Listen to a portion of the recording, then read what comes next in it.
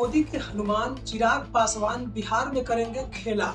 सूत्रों की माने तो बिहार एनडीए में सब कुछ ठीक ठाक नहीं चल रहा है। चिराग पासवान के ऐलान के बाद कि वह बिहार विधानसभा का चुनाव लड़ेंगे, ऐसे में बिहार के राजनीतिक गलियारों में हलचल तेज हो गई है। राजनीतिक पंडितों का, राजनीतिक विशेषज्ञों का मानना है कि चिराग पासवान के इस कदम से आखिरकार किसको हो सकता है घाटा। कभी कभी जो राजनीति में चाल चली जाती है, निशाना लगाया जाता है, और कभी कभी एक जगह निशाना लग करके मल्टी डायमेंशनल होता है, मतलब कई जगह एक साथ निशाने लगाए जाते हैं। पहले हम बात करेंगे चिराग पासवान की पार्टी की। तो चिराग पासवान की पार्टी लोक जनशक्ति पार्टी आर मतलब रामविलास 2024 के लोकसभा चुनाव में चिराग पासवान की पार्टी 5 लोकसभा सीटों पर चुनाव लड़ी थी और 5 में जीत हासिल की थी। मतलब यह कि चिराग पासवान की पार्टी लोक जनशक्ति पार्टी रामविलास का स्ट्राइक रेट 100% था। जबकि 2019 के लोकसभा चुनाव में चिराग पासवान की पार्टी 6 सीटों पे चुनाव लड़ी और सभी पर जीत दर्ज की थी। लेकिन इस बार गठबंधन के तहत चिराग पासवान को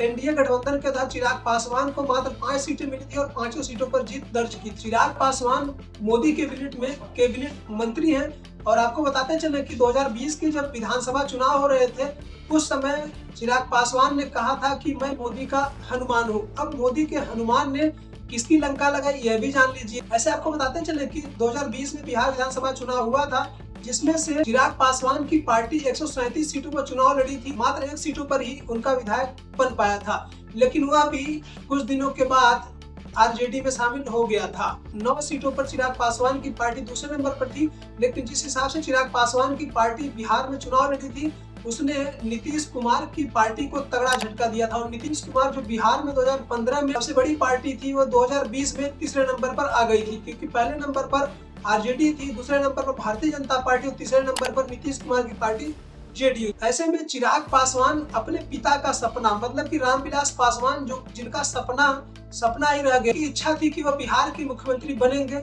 लेकिन नहीं बन पाए और वह दिवंगत हो गए। ऐसे में चिराग पासवान बिहार की उम्मीद, बिहार फर्स्ट और बिहारी फर्स्ट।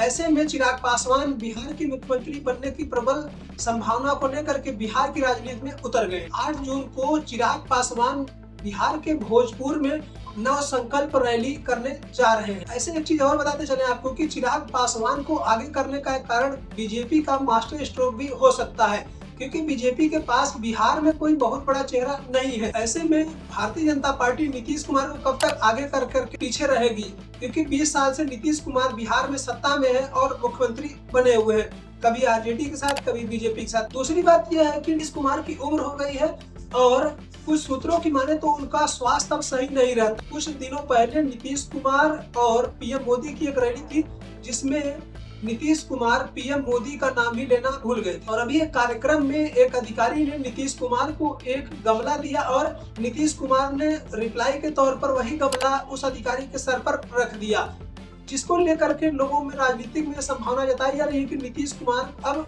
पूरी तरीके से स्वस्थ नहीं है। विपक्षी नेताओं का यह भी कहना है कि नीतीश कुमार अपने बेटे को भी आगे कर सकते हैं। ऐसे में आपको क्या लगता है कि क्या वाकई में चिराग पासवान भारतीय जनता पार्टी के लिए बिहार में तुरुप का एक साबित होंगे? यह है कि वह सामान्य सीट से बिहार में विधानसभा का चुनाव लड़ेंगे और वह बिहार की राजनीति करेंगे। अब देखना ये होता है कि गठबंधन में मुख्यमंत्री चेहरे के लिए लड़ाई चालू है, क्या उसी प्रकार से एनडीए में भी एक बार फिर से सीट बंटवारा होगा? क्योंकि नीतीश कुमार चाहेंगे, उनकी पार्टी चाहेगी कि नीतीश कुमार ही मुख्यमंत्री बने रहे, भारतीय जनता पार्टी चाहेगी कि वह उनकी पार्टी का कोई आदमी मुख्यमंत्री बने, और चिराग पासवान खूब चाहते हैं कि वह मुख्यमंत्री बने। अब देखना ये होता है कि कौन मुख्यमंत्री बनेगा। ऐसे में अक्टूबर-नवंबर के आसपास बिहार में बिहार विधानसभा का चुनाव होना है। आप सभी को क्या लगता है? इसके साथ साथ जन स्वराज भी नीतीश कुमार के पीछे हाथ धोकर पड़ी है। वह बार बार बेरोजगारी का मुद्दा, सुरक्षा का मुद्दा, नौकरी का मुद्दा,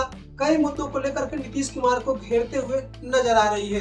अब प्रशांत कुमार की जन स्वराज भी प्रकार से उनके रैली में भीड़ दिख रही है। क्या इस भीड़ को वोट में बदल पाते हैं? अगर वोट में बदल पाते हैं तो किस पार्टी को झटका देंगे? क्या वह बीजेपी को झटका देंगे? क्या वह जेडीयू को झटका देंगे? क्या वह आरजेडी को झटका देंगे?